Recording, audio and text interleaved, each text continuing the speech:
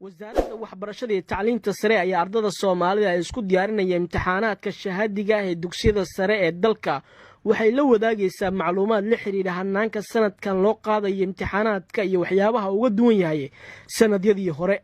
haddaba sanadkan wasaaradda waxbarashada iyo tacliinta sare ee xukuumadda federaalk Soomaaliya ayaa imtixaanaadka ku soo kordhisay qaab cusub oo loo qaadayo taasoo ah in arday walba oo imtixaanka galaya uu helayo laba buug oo kala ah mid ay ku qoran yihiin su'aalaha imtixaanka iyo mid loogu talagalay in ardaygu uu ku qoro jawaabaha laga doonayo.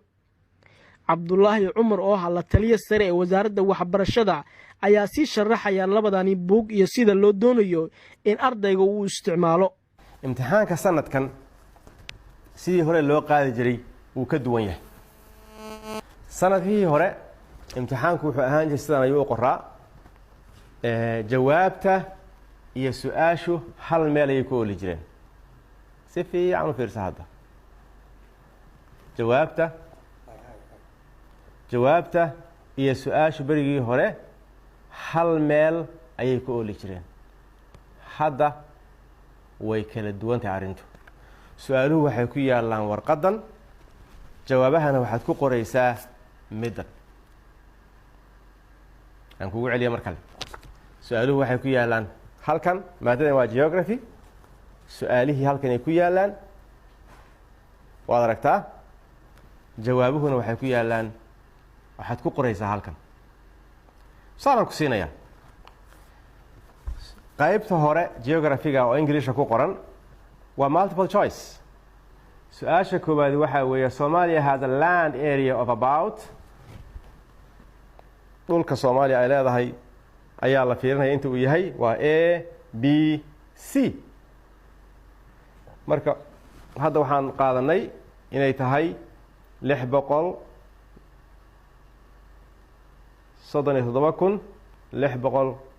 637,657 kilometer square inay Soomaaliya tahay oo A ah.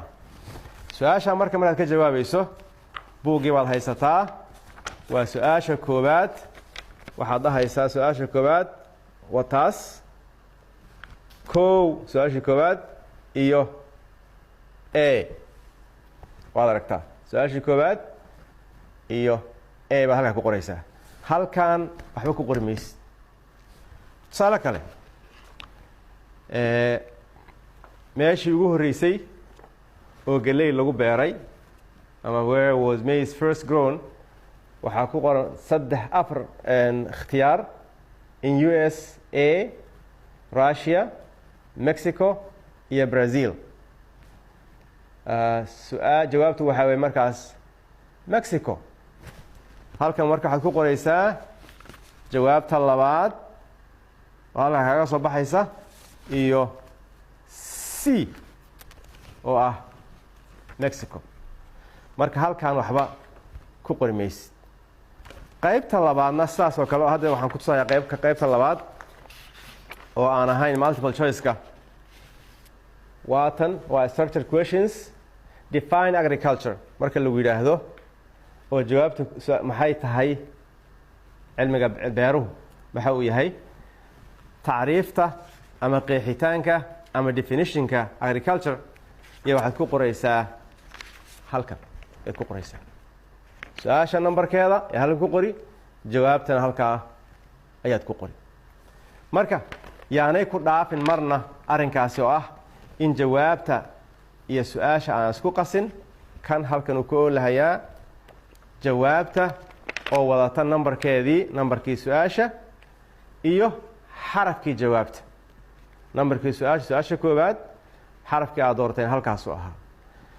su-aalaha dheerdheer sida kuwa curiska ah sidoo kale waxaad samaynaysaa. matalan su-aasha waxay noqonaysaa su-aasha 5aad. halkan waxaad ku qoraysaa taariikhdii SYL.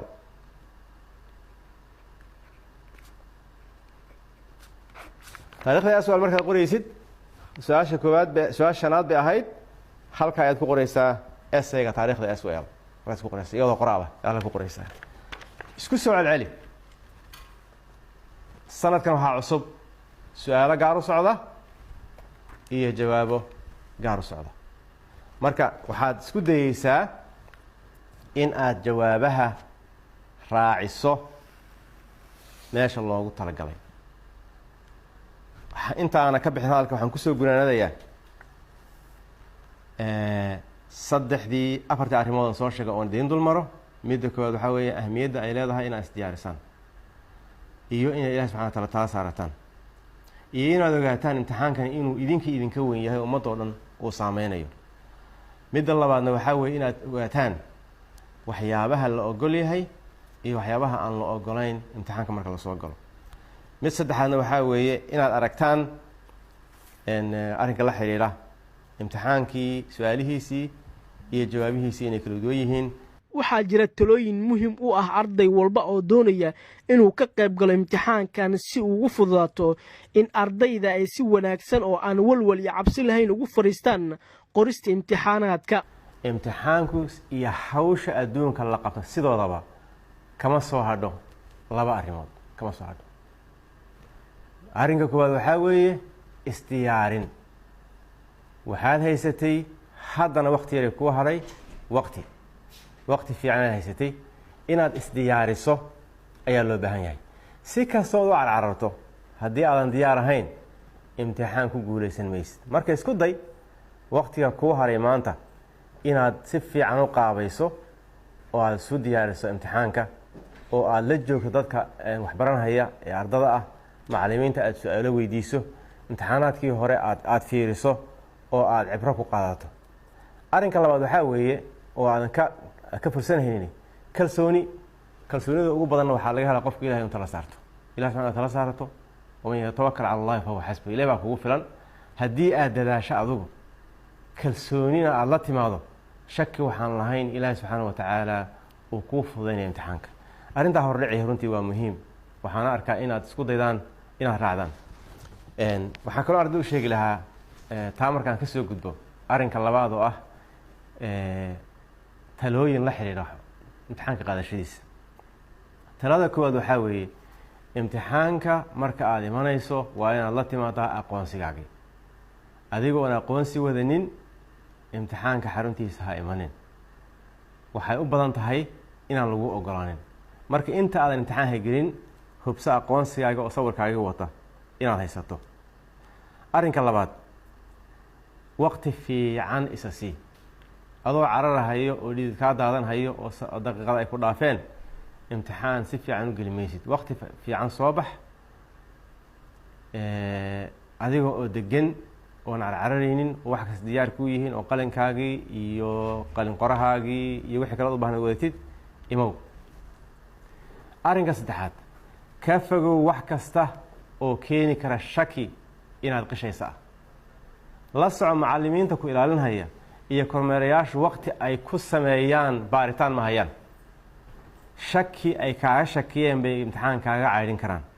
marka ha soo qaadanin boorso, jacket, cimaamada isku duuduubto, ul, waxyaabahaas aan loo baahnayn ha keenin. maxaa yeelay waqti lama hayo arrinkaa lagu hubsado inaad imtixaanada qisha doonaysay iyo in kale. arrinka afraad iska ilaali inaad nuuxnuuxsato, meela fiirfiiriso, aad isku daydo kale inaad caawiso. xataa kursi haddaad qof kale inaad u qaado ma aha. qofku wax ka dhacayna ha u qaadin. marka dhaqdhaqaaq aan loo baahnayn imtixaanka intaad ku jirtid ha samaynin. arrinka kaa ku xiga waxaa weeyaan isaguna laguma ogolo wax kasta oo wax qoraal inaad la soo gasho meesha. qoraal ama ha noqdo ha ku saabsanaada imtixaanka ama yaanu ku saabsanaanayna wax qoran meesha la soo geli maysid. waxaa kaloo xusuusataa in telefoonada mobaylada ah ee la soo qaato aan la ogolayn in lala soo galo xarunta imtixaanka. waa la sheegay sano horena, sanadkana waa lagu celinhayaa mobaylo in lala soo galo xarunta imtixaanka lama ogolo. haddii lagugu qabtana waxaa u badan tahay in tallaabo lagaa qaado. deganaanshaha xarunta iyo fasalka imtixaanka lagu qaadahayo qeyb weyn baad ka tahay. marka adigoo aamusan oo degan oo si xilkaasnima u socda kalaas ka soo gal. midda kale oo ugu dambaysa waxaa weeye inaad isku daydo inaadan kicin ugu yaraan 40 daqiiqo ugu horeeya. 40 daqiiqo ugu horeeya imtixaanka markuu bilowdo ilaa 40 daqiiqo laga gaadhayo qofna inuu kaco ama musqul aado ama wuu dhameeyey hadduu yidhaahdo laga ogolaado ma jirto. marka isku day intaas inaad joogto. taa markaan ka soo baxo waxaan jeclaan lahaa inaan kuu sheego digniin yar oo la xidhiidha imtixaanka diyaarintiisa. midi waa soo daahitaanka. haddii waqtiga imtixaankaad ka soo daahdo la soco askarta albaabka joogta ay ku soo dayin maayaan. hadday ku soo daayaanna kormeerayaashu kuu ogolaan maayaan gudaha inaad gasho. marka waqtiga imtixaanka loogu talagalay ka hor iskeen. midda labaad, haddii qish lagaga shakiyo ma aha in la helo. haddii qish lagaga shakiyo waxaa suuragal ah maadadaa aad ku jirtay in eber laguu saaro. waxaa kaloo suuragal ah maadada iyo maadada ku xigta isla maalinkaas haddaad maanta laba maada qaadanaysid labadaba maalin in lagaa eriyo oo imtixaanka halka khasaare uu kaa soo gaadho. waxaa kaloo suuragal ah in imtixaanka dhanba lagaa joojiyo. marka arrimo kale oo imtixaanka la xiriira la fiiriyo in lagaa joojiyo. marka waxaad ku soo daalaysay ood ku soo rafaadaysay intaas iyaysan kaagaga khasaarin waxaad u malaynhaysa inaad helayso. midna aan kuu sheego, waqti aan dheerayn waxaad maqli doontaa dad dhahaya imtixaan baan helay iyo jawaabo meel ka soo helay oo laga yaabo inay lacag ku raadinhayaan ama saaxiibtinimo ku raadinhayaan. arrintaasi waa been, yaan lagula goynin. imtixaan 5 sano ka hor la sameeyey oo lasoo sawiray waxba kuu qaban mahayo. marka taas digniin ayaan kaa siinayaa. intaa markaan ka baxo waxaan jeclahay